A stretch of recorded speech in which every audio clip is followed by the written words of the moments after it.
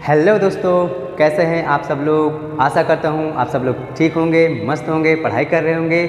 ज्ञानबाजी की इस चैनल में आपका स्वागत है। आज हम लोग यूनिट कन्वर्जन की क्लास को कंटिन्यू करते हुए दूरी के विभिन्न मात्रकों के बारे में स्टडी करेंगे।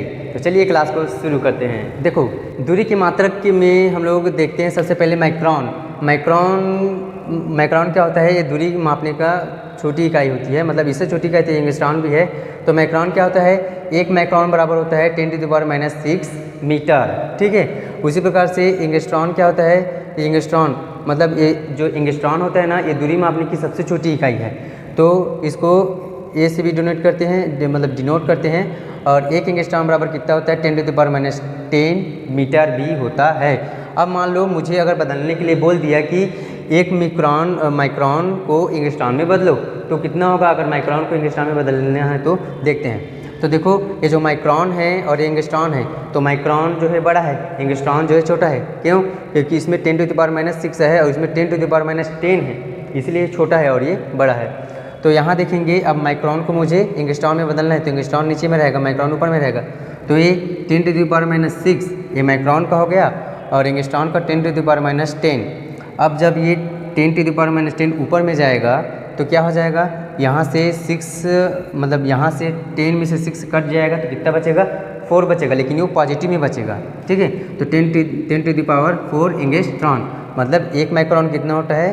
10⁻4 एंगस्ट्रॉन। कैसे होगा? देखो -6 का क्या हो जाएगा? -6 ही रहेगा, और माइनस का माइनस, और ये -10 का -10। अब जब इसको बराबर करेंगे, मतलब निकालेंगे इसको मतलब जो कोष्टक को हटाएंगे तो क्या हो जाएगा? माइनस माइनस प्लस हो जाएगा, और -6 का -6 ही रहता है। अब जब बड़ा मतलब 10 जो है बड़ा है और 6 जो छोटा है, तो यहाँ क्या आ जाएगा? 4 आ जाएगा। ठीक। उसके बाद देखेंगे एंगस्ट्रॉन को मुझे माइक्रोन में बदलना है, तो क्या करेंगे?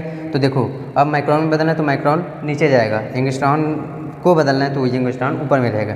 तो 10⁻10 एंगस्ट्रॉन हो गया और माइक्रोन का माइक्रोन हो गया।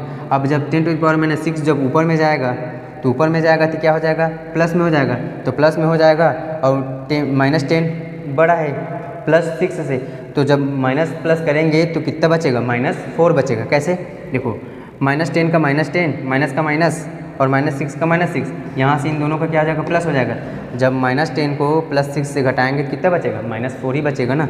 तो वही है, जब एक एंगस्ट्रॉन को माइक्रोन में बदलते हैं तो 10⁻4 मिक्रोन आता है, और जब एक माइक्रोन को एंगस्ट्रॉन में बदलते हैं तो 10⁻4 एंगस्ट्रॉन आता है। ये और यहाँ ये।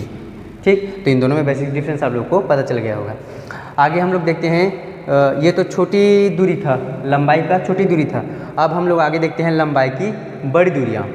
देखो, सबसे पहले देखते हैं हम लोग खगोलीय इकाई। तो खगोलीय इकाई क्या होता है कि पृथ्वी के केंद्र से, ठीक है, पृथ्वी के केंद्र से और सूर्य के केंद्र के बीच की जो औसत दूरी होती है उसको बोलते हैं हम लोग प्रकाश, मतलब खगोलीय इकाई। ठीक है। एक खगोलीय इकाई क्या होता है? 1.496 × 10⁻11 मीटर। इतना मतलब एक खगोलीय इकाई उतना मीटर के बराबर होता है।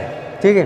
प्रकाश वर्ष क्या होता है कि प्रकाश द्वारा एक वर्ष में चली गई दूरी क्या कहलाता है? प्रकाश वर्ष कहलाता है। एक प्रकाश वर्ष बराबर क्या होता है? 9.46 × 10⁻15 मीटर, मतलब एक प्रकाश वर्ष में उतना मीटर होता है। उसी प्रकार से देखते हैं पार्सेक। ये जो पार्सेक होता है ना, ये दूरी मापने की सबसे बड़ी इकाई है। ठीक है। तो एक पार्सेक बराबर कितना होता है? 3.26 प्रकाश वर्ष। अब देखो, एक प्रकाश वर्ष में इतना मीटर होता है, तो अब एक पार्सेक में कितना? 3.26 प्रकाश वर्ष है। तो आप लोग अगर चाहो तो 3.26 × 9.46 × 10⁻15 मीटर करके उसकी दूरी निकाल सकते हो। अब उसके बाद कुछ हम लोग अपनी बोलचाल की भाषा में जनरली जो हम लोग देखते हैं और यूज़ करते हैं, उसमें से जैसे 1 किलोमीटर बराबर कितना होता है? 1000 मीटर। ये भी दूरी का ही मात्रक है।